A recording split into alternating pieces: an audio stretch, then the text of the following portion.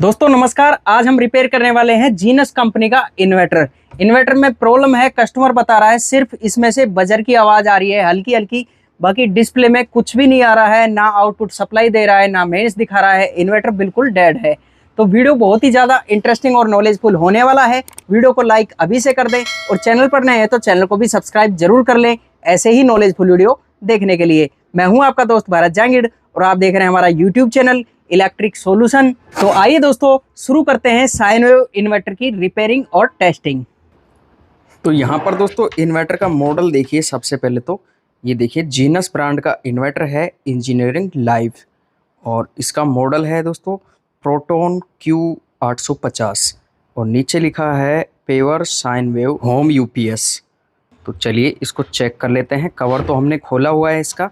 ये है इन्वर्टर की मेन लीड और बैटरी की लीड। तो चलिए बैटरी पे कनेक्ट करेंगे। सबसे पहले तो इन्वर्टर को देखते हैं क्या बोल रहा है। तो यहाँ पर बैटरी हमारी कनेक्ट हो चुकी है। बीप का साउंड आने लग गया है। ये माइक नज़दीक करके आपको सुनाता हूँ। ये देखिए कंटिन्यू बीप का साउंड आ रहा है। इन्वर्टर को हमने सामने से ऑफ किया हुआ है। डिस्प्ले पर कुछ नहीं आ रहा है। यहाँ पर दोस्तों ऑन करते हैं तो ये हमने ऑन किया और ये बैटरी लो का इंडिकेटर आ गया है। वैसे बैटरी तो हमारी चार्ज है, बाकी यहाँ पर यूपीएस ऑन नहीं दिखाया है इसने। बैटरी को डिस्कनेक्ट कर लेते हैं और इसके बाद फिजिकली इसको थोड़ा देख लेते हैं। इसके मोसफेट वगैरह फटे हुए तो नहीं है, तो ये तो बिल्कुल ठीक लग रहे हैं मोसफेट तो इधर के। तो चलिए इसको पूरे को खोल लेते हैं।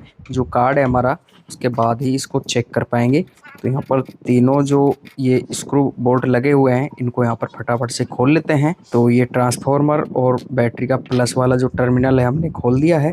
इसके बाद में ये कनेक्शन के जो जिक लगे हुए हैं इनको निकाल देते हैं यहाँ से। ट्रांसफार्मर की सप्लाई का जैक यहाँ पर दोस्तों हीट खाकर चिपका हुआ है, तो ये थोड़ा टाइट निकला है। ये देखिए यहाँ से पूरा हीट खाया हुआ है। 2 वायर इसमें से कट किए हुए हैं, नीचे डायरेक्ट सोल्डरिंग कर रखे हैं।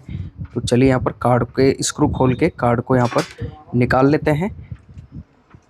तो ये देखिए यहाँ पर इसको खड़ा रखेंगे और ये जो माइनस वाला टर्मिनल है इसको यहाँ पर खोल देंगे हम। तो माइनस वाला नीचे पीसीबी में कसा हुआ है। तो ये देखिए हमारा जो पीसीबी है पूरा बाहर नहीं आ पाएगा। ये 2 वायर हैं और ये फैन के भी वायर यहाँ पर सोल्डरिंग कर रखे हैं। पता नहीं किसने कैसे रिपेयर किया है। तो ये वायर आपको देख लेने हैं कौन सा वायर किधर लगा हुआ है, उसके हिसाब से ही आपको इनको याद रखना पड़ेगा। उल्टा सीधा लगाएंगे तो इसमें आपको प्रॉब्लम आएगी। तो येलो और रेड दोनों वायर हमने हटा दिए हैं। कार्ड हमारा बिल्कुल अलग हो चुका है इन्वर्टर से। तो चलिए इन्वर्टर को थोड़ा साइड में रखते हैं। अब यहाँ पर फिजिकली इसको चेक कर लेते हैं। तो दोस्तों इधर के मोसपेट यहाँ पर फटे हुए हैं। देखिए यहाँ पर ये मोसपेट यहाँ से पूरा फटा हुआ है और ये भी हीट खाया हुआ है। बाकी और तो इसमें कहीं पर भी कुछ जला हुआ नहीं लग रहा है। तो चलिए इसको मल्टीमीटर से हम चेक करेंगे। तो ये आ गया है हमारा डिजिटल मल्टीमीटर। ऑटो रेंज पर हमने रखा है, बजर आ रहा है इधर। तो चलिए इसके सभी मोसफेट चेक कर लेते हैं।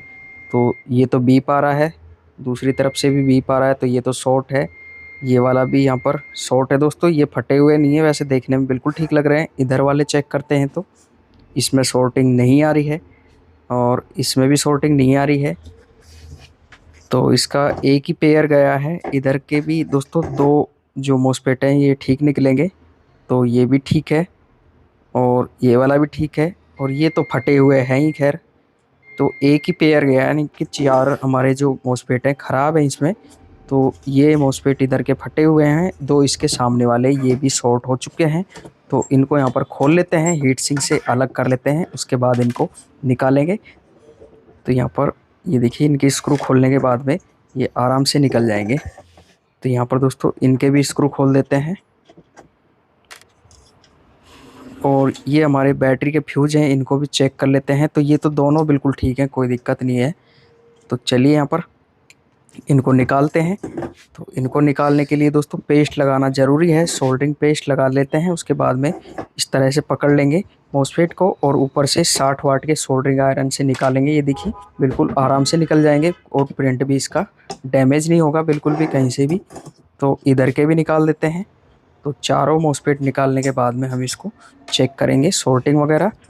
तो ये हमारे चारों मोसफेट निकल चुके हैं। इसके बाद में कार्ड की सॉर्टिंग चेक करेंगे। कैपेसिटर के ऊपर यहाँ पर 1 साइड में ही बजर आ रहा है, तो ये भी सॉर्टिंग नहीं है, कोई दिक्कत नहीं है। और मोसफेट के साइड के लेग पर चेक करेंगे। तो यहाँ पर कहीं पर भी सॉर्टिंग इसमें नहीं आ रही है, बीप साउंड नहीं आ रहा है। तो यहाँ पर सॉर्टिंग तो निकल गया है और कुछ तो इसमें शॉर्ट लग नहीं रहा है। अब यहाँ पर ये जो हमारे मोस्फेट स्क्रू है इनको साइड में रखते हैं और बैटरी लगाकर एक बार इसको ऑन करके चेक करेंगे। तो ये आ गया हमारा प्लस वाला टर्मिनल के लिए आ गया है ब्लू, और ग्रीन आ गया हमारा माइनस के लिए। तो ये माइनस वाला हम यहाँ पर माइनस की जगह बोल्ट के ऊपर ही लगा दिया है, और ये प्लस वाला लगेगा हीट सिंक के ऊपर। लगाते ही बजर का साउंड काफ़ी अच्छा आया है, शॉर्टिंग निकल चुका है। तो इसको निकालते हैं। अब एक बार यहाँ पर साइड में रखते हैं कार्ड को और इन्वर्टर के अंदर इसको लगा लेते हैं। उसके बाद में इसको ऑन करके चेक करेंगे। तो ये कंट्रोलर में हमने यहाँ पर कनेक्शन पूरे लगा लेने हैं इसके, उसके बाद ही साइन वेव कार्ड चेक हो पाएगा। तो यहाँ पर दोस्तों नीचे सेपरेटर के लिए पेपर लगा दिया हमने ताकि शॉर्टिंग नहीं हो, और ये हमने सप्लाई लगा दिया है। बजर का साउंड आ गया है।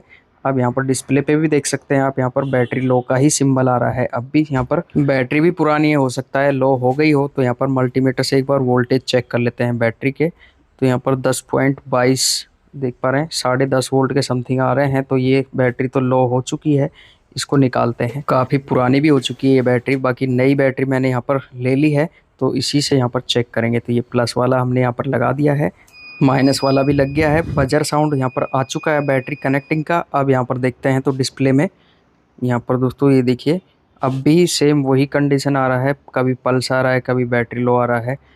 तो यहाँ पर ऑन तो हो चुका है सेट, तो बाकी यूपीएस ऑन नहीं हो रहा है अभी भी। और वोल्टेज तो यहाँ पर देख पा रहे हैं बैटरी के 12.46 वोल्ट आ रहे हैं। पूरी है बैटरी, तो कोई दिक्कत नहीं है।